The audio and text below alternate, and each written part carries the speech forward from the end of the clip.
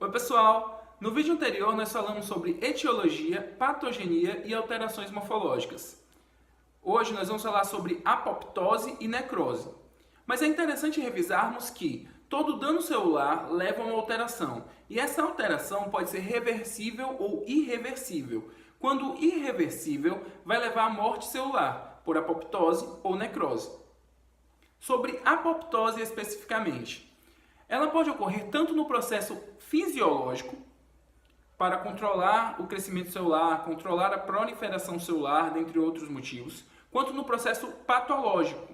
E aí nós vamos lembrar dos motivos citados no vídeo anterior, que seria os fatores químicos, físicos, biológicos por infecções virais, bacterianas ou fúngicas, dentre tantos outros. E quais são as alterações que a gente vai observar a nível celular? A começar pelo núcleo. O núcleo ele vai diminuir de tamanho, então ele vai ficar piquinótico. E a sua coloração vai ficar mais azulada, ou seja, há um aumento da basofilia. O material genético que está contido no núcleo, ele vai se fragmentar de maneira específica. Então vai haver uma clivagem, uma fragmentação desse material genético a cada 200 pares de bases, por isso específica. A célula, por um todo, ela vai diminuir de tamanho e vai haver a formação de corpos apoptóticos. Esses corpos apoptóticos serão degradados pelos macrófagos. A ativação da apoptose ela pode ocorrer por duas vias. A via mitocondrial, e a via que é intrínseca, e a via por receptores, que é extrínseca. A via mitocondrial. Na mitocôndria nós vamos ter o BCL2 e vamos ter o citocromo C. Quando o BCL2 está desregulado, ele não consegue manter dentro da mitocôndria esse citocromo C, que sai da célula. O que pode desregular o BCL2? Excesso de cálcio no citosol ou a ativação do BH3, que desregula o BCL2. A saída do citocromo C, então, da mitocôndria para o citosol, ativa as caspases, que leva à apoptose. Já na via extrínseca, por receptores, nós vamos pensar nos receptores que estão na membrana plasmática. A esses receptores vão se ligar os TNF, que seria fator de necrose tumoral, ou FAS, que eu não sei a sigla, o que significa. E aí vai se ligar esse receptor, vão ser chamados mais receptores, também conhecidos como receptores da morte, e esses receptores vão ativar as procaspases 8, que por sua vez ativam as caspases e que levam à apoptose. Com isso a gente mata o assunto apoptose. Vamos para a necrose. A necrose, por sua vez, ela só ocorre no processo patológico. E quais são as alterações que nós vamos encontrar a nível celular? A começar pelo núcleo. Ele tem 3 momentos. O primeiro deles chama-se piquinose, que é a diminuição do tamanho desse núcleo. O segundo, cariorrex, que é a fragmentação do material genético que está contido no núcleo de maneira inespecífica. E o terceiro é a cariólise, que é o rompimento dessa membrana do núcleo. E aí esse material genético que está aqui no núcleo, ele vai extravasar para o citosol. Na cariorrex há uma diminuição, uma redução da basofilia.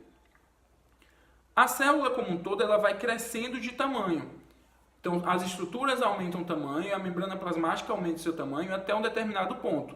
Quando a membrana plasmática já não mais suporta, ela se rompe e há o extravasamento desse material, do citosol, do material genético que ali estava e assim sucessivamente.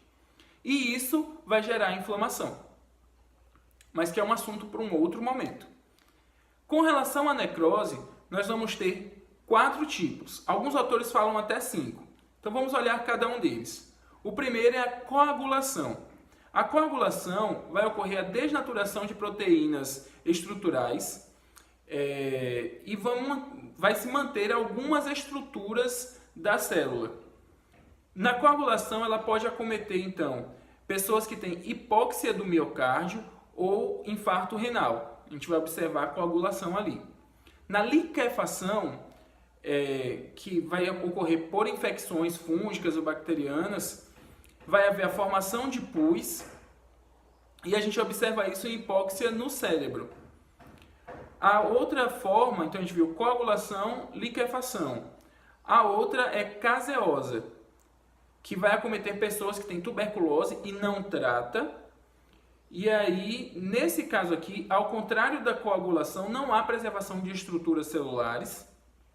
E o nome caseosa vem de caseo, que lembra queijo. Então, talvez seja uma questão de perfuração, tá? Ou da textura desse pulmão pós-tuberculose.